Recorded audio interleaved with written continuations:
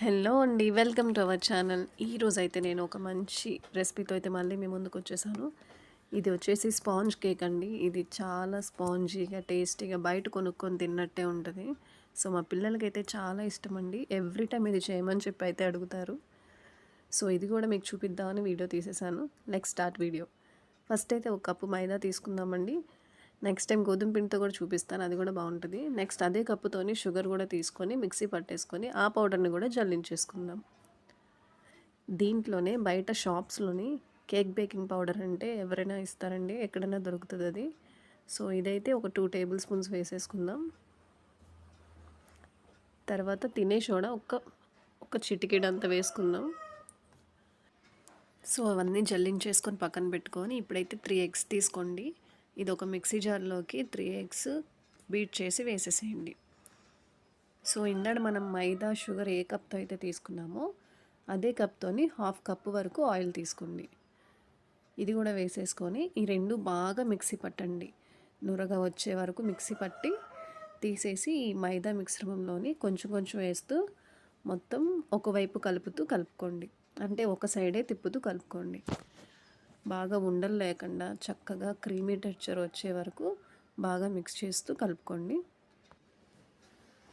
So మొత్తం ఇట్లా బాగా కలిపేసుకొని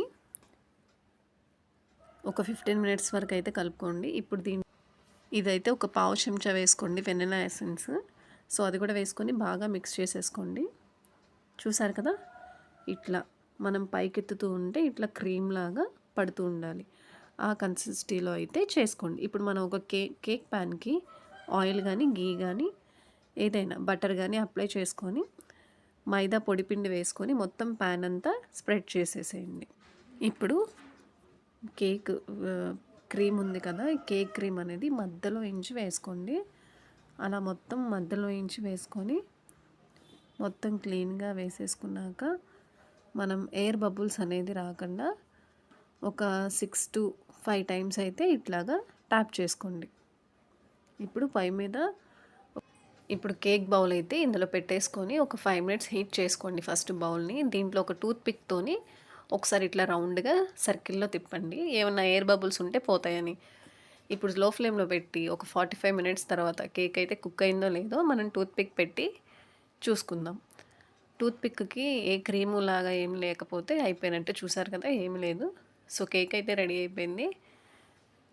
చూడండి ఎంత స్పాంజీగా. ఇప్పుడు మనం తీసేసుకొని కొంచెం చల్లారాక ప్లేట్లోకి అయితే షిఫ్ట్ చేసేసుకుందాం. మీరు ఇంకొకటి నేను చెప్పేది ఏంటంటే, మనం ఫస్ట్ కేక్ మిక్సింగ్ కలుపుకునే ఉంది కదా, అది కేక్ ప్యాన్లోకి మనం ఒక 2 ఇంచుల కిందకి వేసుకోవాలండి. అంటే కేక్ ప్యాన్ మొత్తం కంప్లీట్గా వేసుకోకూడదు, పొంగిపోయింది. సో నాకు కొంచెం ఎక్కువైంది, అందుకనే కొంచెం పొంగింది. కేక్కి సైడ్ ఎడ్జెస్ ఉన్నాయి కదా, అవి కొంచెం తీయాల్సి వచ్చింది. కేక్ అయితే చాలా ప్లఫీగా చాలా బాగుందండి. మా పాప కట్ చేస్తుంది చూడండి, ఎంత స్పాంజీగా బయట కొనుక్కొని తిన్నట్టే.